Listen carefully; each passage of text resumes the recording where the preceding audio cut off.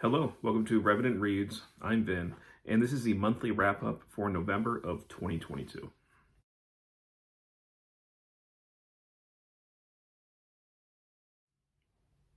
So I'm doing this monthly wrap-up a little bit early. I only got through 2 books, really, in November, in addition to the Latin studying that I've been doing. I'm reading a book right now that I know I just won't be finished with until early December, so I'll count that as a December read, and at least talk about these. I did move houses just a little over a month ago, so it's been very busy unpacking. That definitely cut into my time for reading availability, but I did manage to at least finish 2 books, and this one especially took me a while. So the first one I'm going to talk about is Melmoth the Wanderer by Charles Robert Maturin, or Maturin. I don't think I'm saying that right still, but excuse me, a Gothic work, really kind of considered one of the last of the kind of Gothic romantic cycle that occurred, published in 1820. This is a weird book.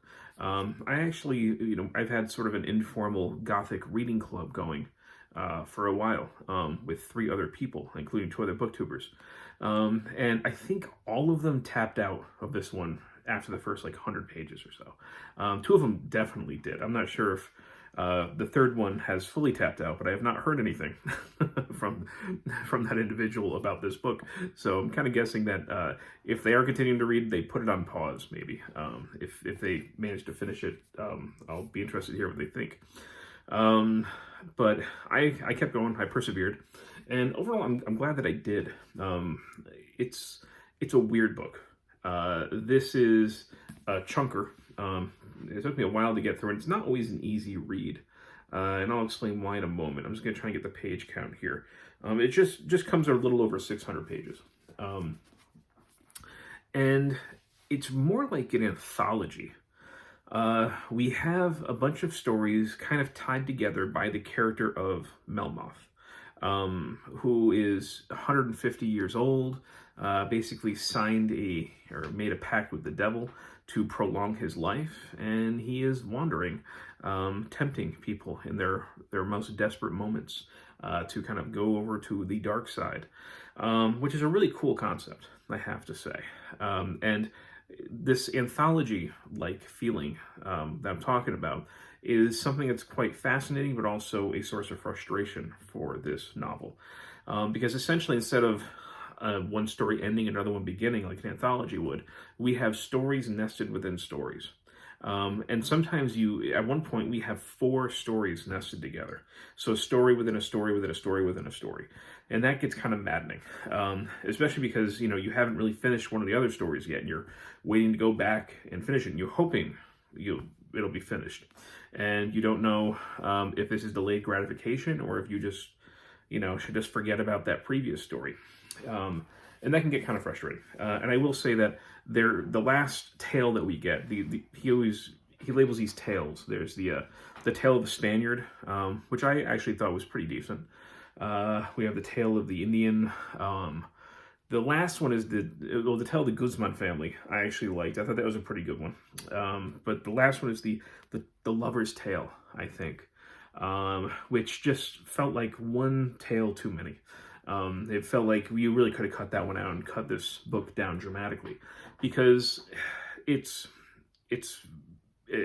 fat, and it doesn't need to be. This definitely could have had at least 100 pages trimmed from it. Maturin is not a bad writer.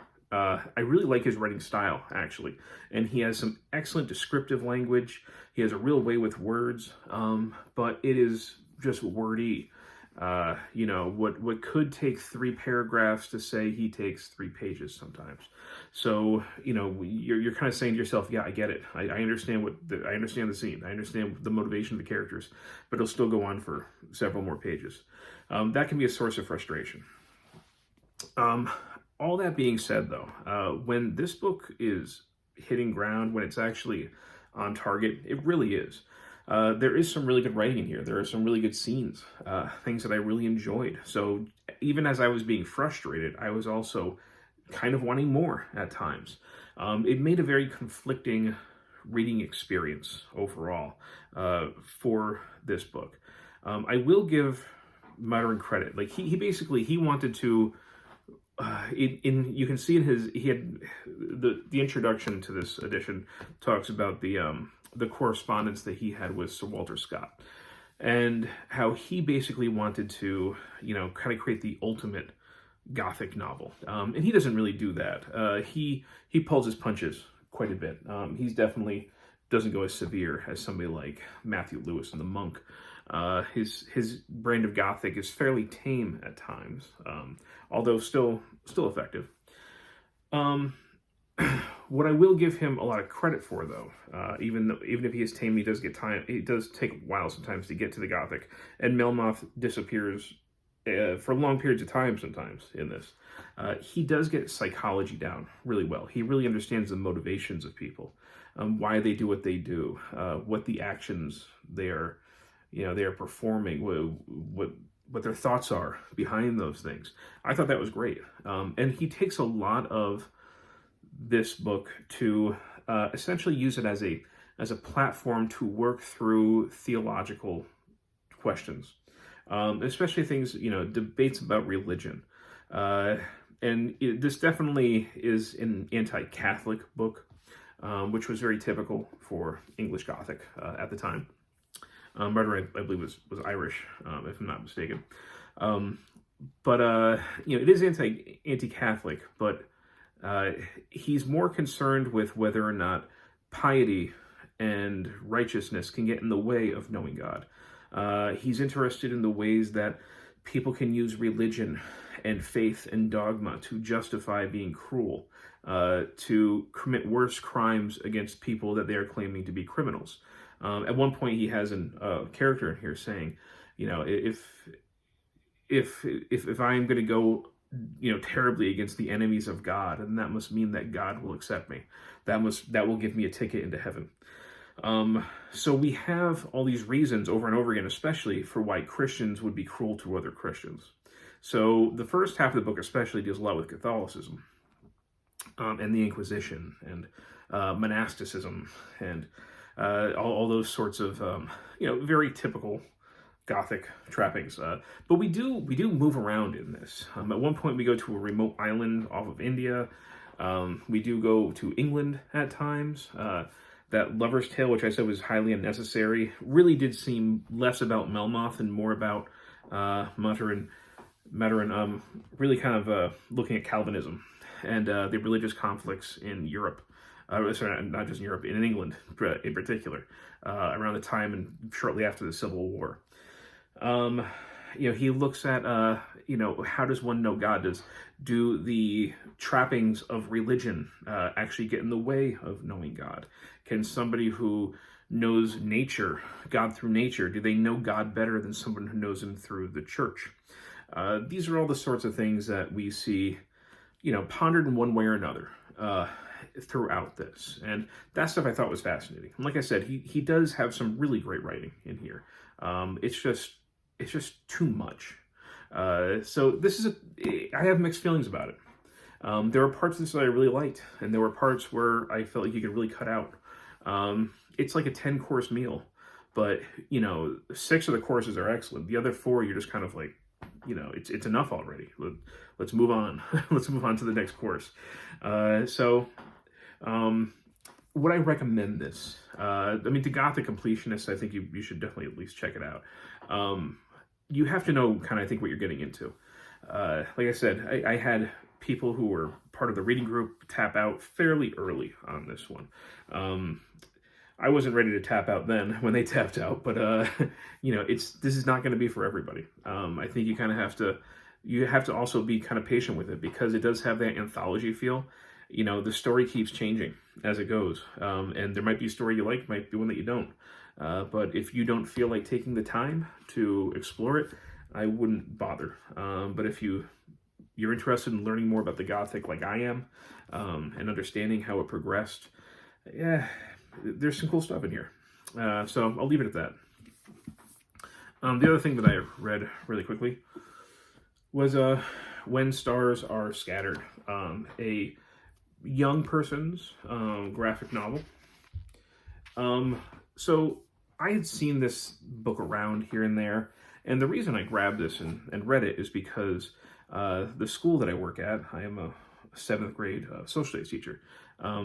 Students have the opportunity to read along, do a big school-long read-along, where they're going to read certain chapters each week, and they're going to meet as reading groups and discuss it. And then when it's all over, they're going to have a chance to actually meet Omar Mohamed, who this book is about, and do kind of a Q&A live discussion with him. So I thought, I'd already heard about this book. I was curious about it, and I wanted to be able to talk with my students about it. So I grabbed it, and I gotta say, I was very pleasantly surprised by this. It's about two brothers who are refugees. They were growing up in Somalia when war broke out, and they eventually make their way into Kenya in a refugee camp. And we meet them in the refugee camp, and they have already been living in there for 7 years. Their father, they know, is dead. They don't know where their mother is. So they're just there, and you have Omar and his younger brother Hassan who has special needs. He doesn't really speak. He has seizures, and they're trying to survive inside a refugee camp. And it's about the people that live there. Some of the characters are made up by the adapter, the writer here, Victoria Jamieson. And those are characters especially who show more of a female perspective of what it's like to be a refugee. So those are characters that are fictionalized, but they apparently are based on things that Omar knew, experienced, people that he knew in the camp. But those fictional stories are actually pretty affecting.